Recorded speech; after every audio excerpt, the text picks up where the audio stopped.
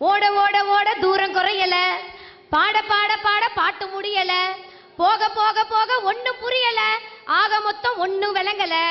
ஃப்ரீயா சுத்தும் போது ஃபிகர் இல்லையே, புடிச்ச ஃபிகர் இப்ப ஃப்ரீயா இல்லையே, கையில பேட் இருக்கு பாலி இல்லையே, லைஃப் ஃபுல்லா இந்த தொல்லையே. சார், இந்த இயந்திர உலகத்துல மனுஷன் எதை நோக்கி ஓடிக்கிட்டு இருக்கான்னு ஒண்ணுமே புரியல சார். காதலை எடுத்துக்குங்க, காதல்ல தோத்தாலும் டாஸ் மார்க், ஜெயிச்சாலும் டாஸ் மார்க், ஆக மொத்தம் ஒருத்தனும் ஆகிறதுல பாஸ் மார்க். காதலிக்கிறப்ப இந்த காதலிய பார்த்து இந்த காதலன் சொல்லுவான், தங்கம் கட்டுனா ஒன்னதாண்டி கட்டுவேன்னு, கல்யாணம் ஆனதுக்கு அப்புறம் மவளை வெட்டுனா ஒன்னதாண்டி வெட்டுவாமா. சார், ஒரு நிமிஷம், பாப்பா புரியாம பேசிட்டு இருக்கு. அன்புனா என்ன, காதல்னா என்னன்னு. நான் உங்க மேல வச்சிருக்கிறது அன்பு, உங்க பையன் மேல வச்சிருக்கிறது காதல். நான் போய் பையன்கிட்ட சொல்றேன், ஒரு அப்பா கொடுக்குற வேலையை பாருங்க. 2 வருஷமா ஒரு பையன் என் பின்னாடியே சுத்திக்கிட்டு இருந்தா காதலிக்கிறேன்னு. அந்த பையன்கிட்ட நான் கேட்டேன், ஏண்டா என்னையும் பார்த்து 2 வருஷமா சுத்திக்கிட்டு இருக்க, என்கிட்ட உனக்கு ரொம்ப பிடிச்சது என்னன்னு கேட்டேன். அதுக்கு அவன் சொன்னா, தங்கம் நீ காலேஜ்ல வந்து மெமிக்ரி பண்ணுவேன்னு கேள்விப்பட்டிருக்கேன், நீ மெமிக்ரி பண்ண சிவகார்த்திகேயன் ஹீரோ ஆயிட்டாரு, ஒருவேளை நீயும் மெமிக்ரி பண்ணி ஹீரோயின் ஆயிட்டீனா, அதனாலதான் உன்னை இப்பயே காதலிக்கிறேன்னு சொன்னான். அப்படி என்கிட்ட பிடிச்ச ஒரு மெமிக்ரி அவன் கேட்டான், நான் பண்ணி காமிச்சேன். యార్ని నేను చెప్పను, యార్ని నేనేరా చంద్రముఖి.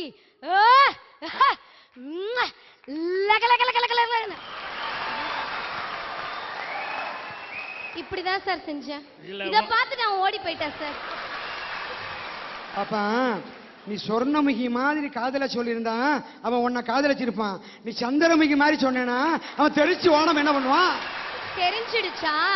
உங்க எல்லாருக்கும் தெரிஞ்சிடுச்சா? சரி விடுங்க.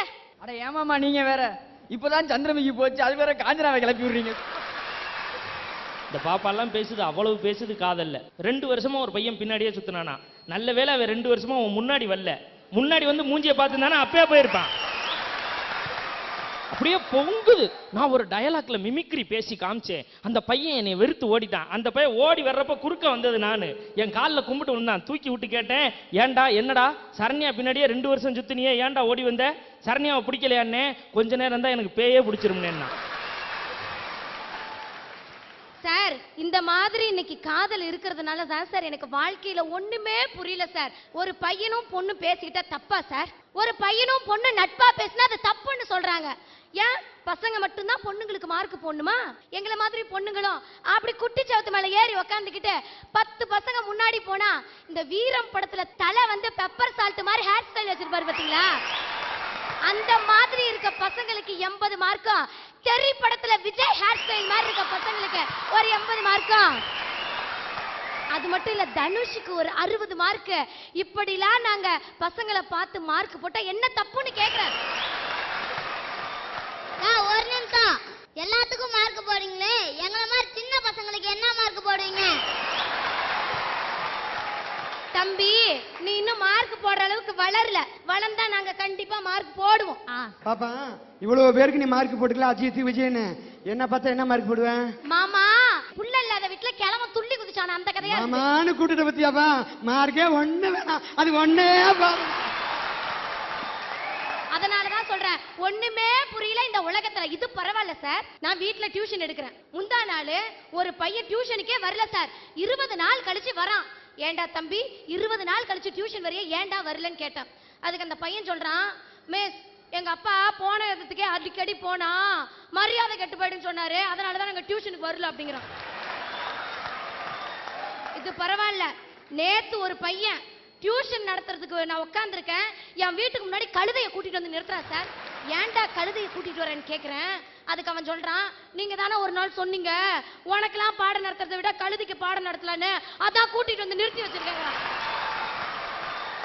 இன்னைக்கு காலையில நான் வீட்டுல நின்னுட்டு இருக்கேன், ஒருத்தன் என்கிட்ட வந்து கேள்வி கேட்கறான், ஏக்கா ஃபிகருக்கும் ஃபிங்கருக்கும் என்னக்கா வித்தியாசம்னு கேட்டான். நான் சொன்னேன், தம்பி ஃபிகர்னா அந்த சயின்ஸ் படத்துல இருக்கும் பாத்தீங்களா பிக்சரு, இதுதான்டா ஃபிகரு, ஃபிங்கர்னா அந்த விரல்டான்னு சொன்னேன். ஏக்கா இது கூட உனக்கு வித்தியாசம் தெரியல, நான் சொல்றேன். அவன் சொல்றான் விளக்கம், ஃபிங்கர்னா மடக்க முடியும், ஃபிகர்னா மடக்க முடியாதுங்கிறான்.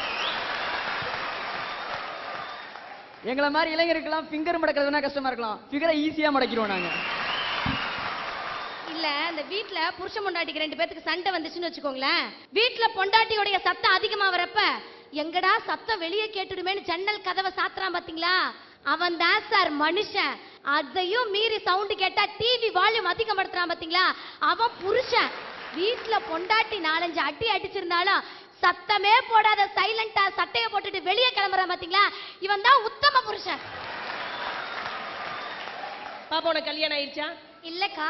அப்ப கல்யாணமே ஆகாம புருஷன் பொண்டாட்டி விஷயத்தை பத்தி இவ்வளவு அழகா தெளிவா பேசு பாருங்க. அப்ப நாட்டுல எங்க சார் பசங்க நிம்மதியா இருக்க முடியும்?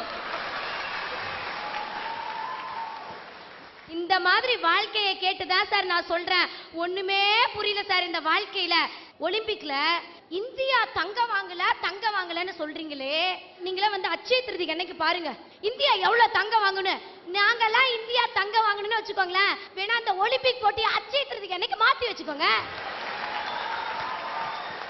ஒரு தாத்தாவும் பாட்டியும் ஒரு நியூஸ் பேப்பர்ல முந்தா நாள் படிச்ச சார், உண்மையான குடும்ப வாழ்க்கைக்கு ஒரு நல்ல எடுத்துக்காட்டு அவங்க தான்.